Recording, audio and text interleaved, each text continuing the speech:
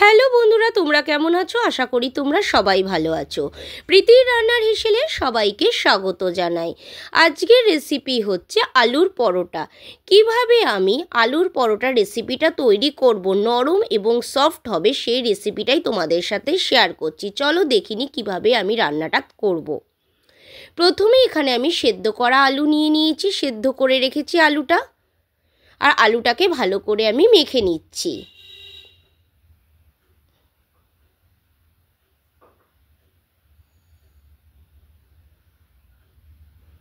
এখনও আমার চ্যানেলটাকে যারা সাবস্ক্রাইব করোনি, প্লিজ আমার চ্যানেলটাকে সাবস্ক্রাইব করে দিও।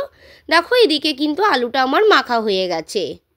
এরপর দিয়ে দিচ্ছি ধনেপাতা কুচি, তারপর দিয়ে দিচ্ছি কাঁচা লঙ্কা কুচি, পেঁয়াজ কুচি,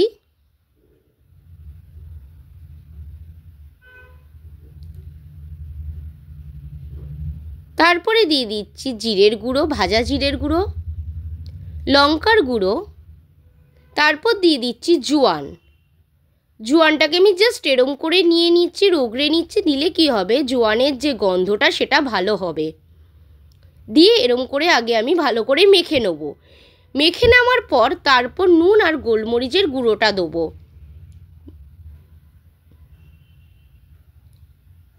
আর আমার রান্নার রেসিপিটা যদি তোমাদের ভালো লাগে, লাইক শেয়ার কমেন্ট করতে কিন্তু ভুলো না।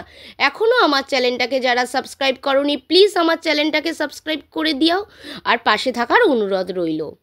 এবার মাখা হয়ে গেছে, তারপরে দিয়ে দিচ্ছি নুন আর গোলমরিচের গুঁড়ো, দিয়ে ভালো করে আবারও আমি মেখে নিচ্ছি।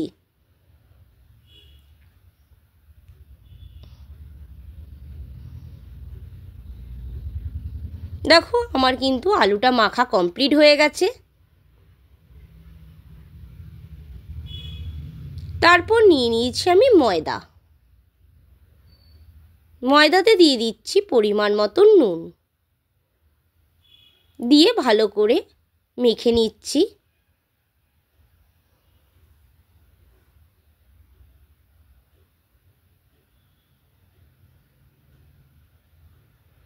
তারপর দিয়ে দিচ্ছি জল। আমি অল্প অল্প করে জল দেবো, দিয়ে অল্প অল্প করে ময়দাটাকে এরমভাবে মেখে নেব।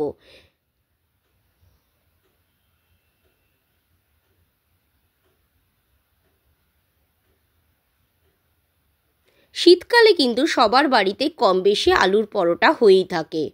এইভাবে আলুর পরোটা করলে আশা করি আলুর পরোটাটা খেতে টেস্ট আরও বেশি লাগবে। রেসিপিটা বাড়িতে একবার তৈরি করে দেখতেই পারো। দেখো আমি ময়দাটা কিন্তু আস্তে আস্তে করে মেখে নিচ্ছি।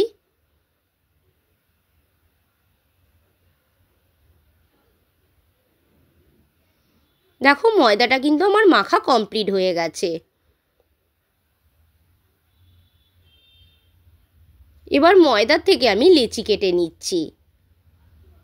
দেখো ময়দা থেকে আমি 6খানা লেচি কেটে নিয়েছি। এবার ময়দাটাকে, লেচিটাকে একটা এরকম করে নেব। প্রথমেই আমি এরকম করে নিচ্ছি।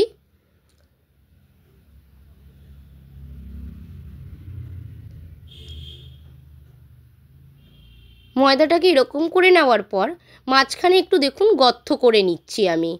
তারপর ওই আলুর পুরটা আমি এরকম করে ভরে নিচ্ছি। দিয়ে আস্তে আস্তে সময় ধরে আস্তে আস্তে দু সাইড আগে ভাঁজ করে ভেতরে ঢুকিয়ে দিচ্ছি, তারপর আবার দু সাইড এরকম করে আস্তে আস্তে আমাকে করতে হবে। খুব আস্তে আস্তে আমাকে এই পুরটা ভরতে হবে। দেখুন আস্তে আস্তে আমি পুরটা ভরে নিলাম। এবার আরেকটা লিচি কেটে আমি এরকমভাবে দেখিয়ে দিচ্ছি।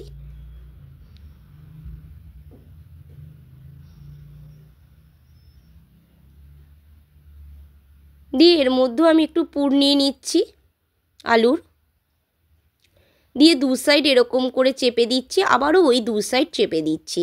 দিয়ে আস্তে আস্তে কিন্তু আমি আলুর পুরটা ভেতরে ঢুকিয়ে নিচ্ছি।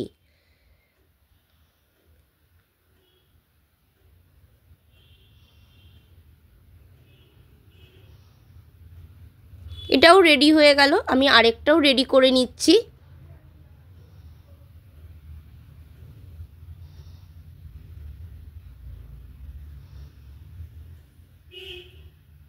এর মধ্যে আলুর পুরটা নিয়ে নিলাম, দিয়ে আস্তে আস্তে করে আমাকে ঢকিয়ে দিতে হবে।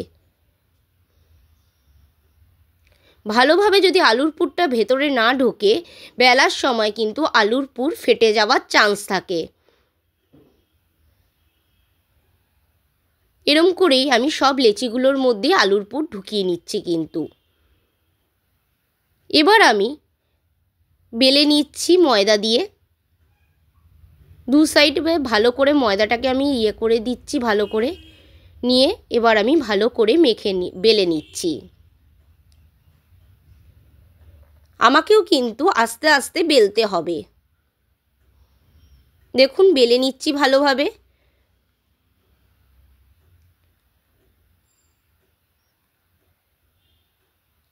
আমার কিন্তু কোনো আলুর পুর ফেটে কিন্তু বাইরে বেরিয়ে আসছে না। দেখুন পুরো পারফেক্ট কিন্তু আমার রেডিটা করে নিয়েছি আমি। এরম করে আমি বেলে নিচ্ছি।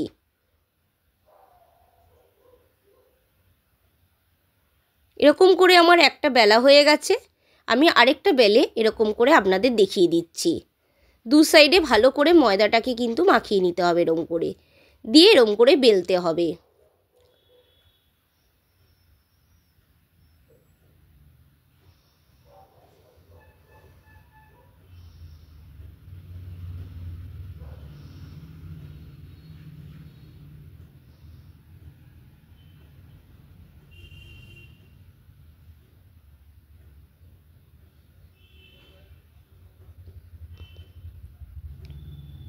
দেখুন এবার আমি তুলে নিচ্ছি।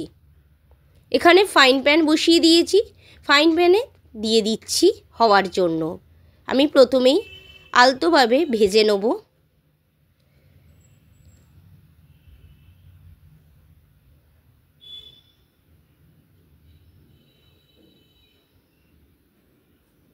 আমার দেখো দু সাইড কিন্তু হয়ে গেছে। তারপর আমি তেল দিয়ে দিচ্ছি। এখানে আমি 1 চামচ তেল দিয়েছি,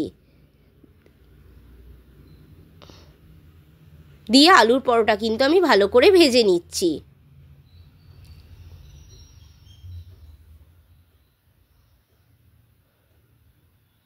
এই আলুর পরোটা কিন্তু আমার একখানা রেডি হয়ে গেছে। দেখো কত সুন্দর হয়েছে দেখতে। আমি আরেকটাও এরমভাবে তৈরি করে দেখিয়ে দিচ্ছি।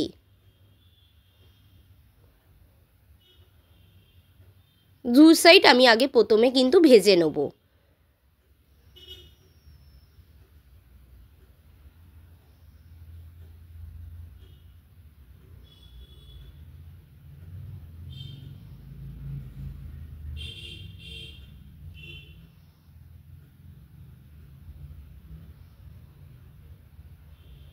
তারপর দিয়ে দিচ্ছি 1 চামচ তেল।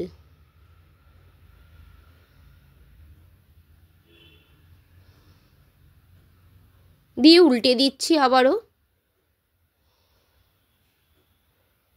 আমার এই পরোটাও কিন্তু আলুর পরোটাটা রেডি হয়ে গেছে। এরকম করে আমি সব পরোটাগুলোই তৈরি করে নেব। আমার আলুর পরোটা রেডি হয়ে গেছে।